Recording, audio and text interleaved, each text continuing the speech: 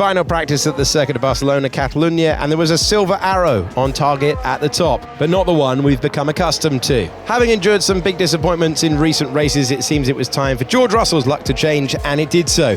He had a fine session to take the fastest lap, timed at 1 minute 15.679, although it was 2 tenths down on Lando Norris's best lap of the weekend, set in second practice. It's not going to be easy, was Kimi Antonelli's impression after Friday's sessions, referring to taking a 6th win on the bounce. Having only a single hour in the car due to Mercedes junior driver commitments, the current Drivers' Championship leader had found himself more than half a second adrift of Russell by the end of play. The Italian teenager found it tricky to lay down a competitive lap in FP3, impeded by traffic. Oh my God, Stroll, as always. Copy that. Oh my God, mate. Unbelievable. It's unbelievable. I'm gonna box. Okay, copy that, mate. But why do I always get traffic? Like, I don't understand. Like, everyone always in the lap. Yeah, he couldn't turn there. There is no way. I love his attitude. I had 4 cars into turn 1 in my first lap. 4 cars. Yeah, unfortunately, I don't release those cars out of the garage, mate. So they leave when they want to leave. P8 at the flag, there's undoubtedly more to come from him in qualifying. McLaren's Oscar Piastri was close to the leaders on Friday, but was finding the going tricky in final practice. It's like the front wing was broken, like I had no front grip at all. We saw the same. However, he once again nabbed a spot close to the leader, P2 for his efforts today, 2 tenths back from Russell. Lando Norris has placed second in Grand Prix at this circuit for the past 2 years, and despite not running in FP1 yesterday, got hooked up to his McLaren quickly, topping a session for the first time since the Miami sprint. He was P4 this time out. Charles Leclerc was third fastest in final practice. Performance improvements weren't immediately obvious from Ferrari's massively upgraded SF26 yesterday. Lewis Hamilton stated the Scuderia were quite a chunk off the front runners, bemoaning the way the track temperature was affecting grip. He was again fighting the car in the Barcelona heat this time out, P5 at the close, some 7 tenths back from the top lap time.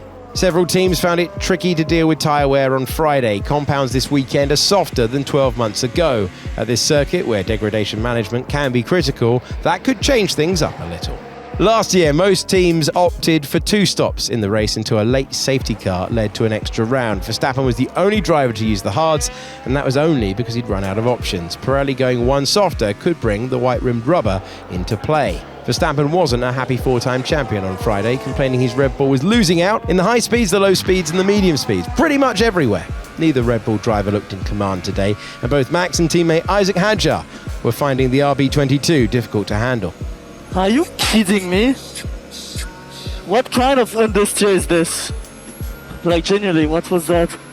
Never in my life I had this, but anyway. Audi had the honour of best of the rest today. The German team need to bounce back after their promising previous form delivered a disappointing Monaco. Nico Hülkenberg was P9, Gabriel Bortoleto P11.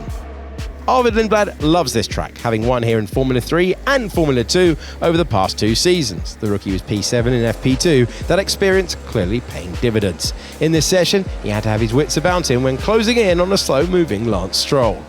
Teammate Liam Lawson was P7 in Friday's first session, however track conditions today were making it a little trickier than the Kiwi driver would have liked.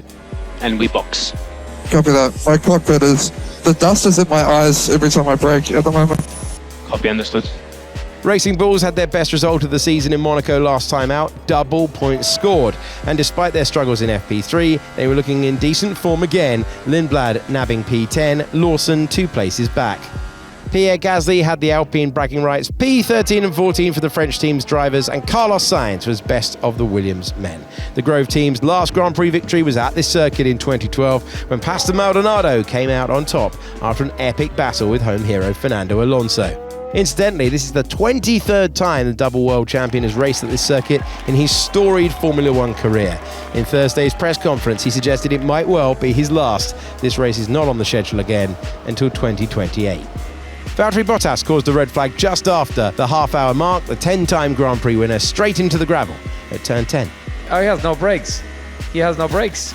He has no brakes. I lost my brake pedal. It's gone. Like, the pedal is gone. Got very lucky there. He was very lucky he lost the pedal in turn 9 when he went to combine, and he went at like, ooh, and he backed off early enough. Because if you come at full speed there with no brake pedal, they would have been repairing a lot of that car. Cadillac teammate Sergio Perez needed a little reassurance from his engineer. What happened to Valtteri? Was just a mistake or something happened? Yeah, we are looking into that still, Sergio. Nothing which should affect us. So, with qualifying just hours away, final practice looked like this. Russell top from Piastri, Leclerc, Norris, Hamilton and Verstappen. Then came Antonelli, Hadjar, Hulkenberg and Lindblad. P11 for Bortoleto, and he was ahead of Lawson, Gasly, Colapinto, Sainz, Ocon, Behrman, Albon, Perez, Alonso, Bottas and Stroll.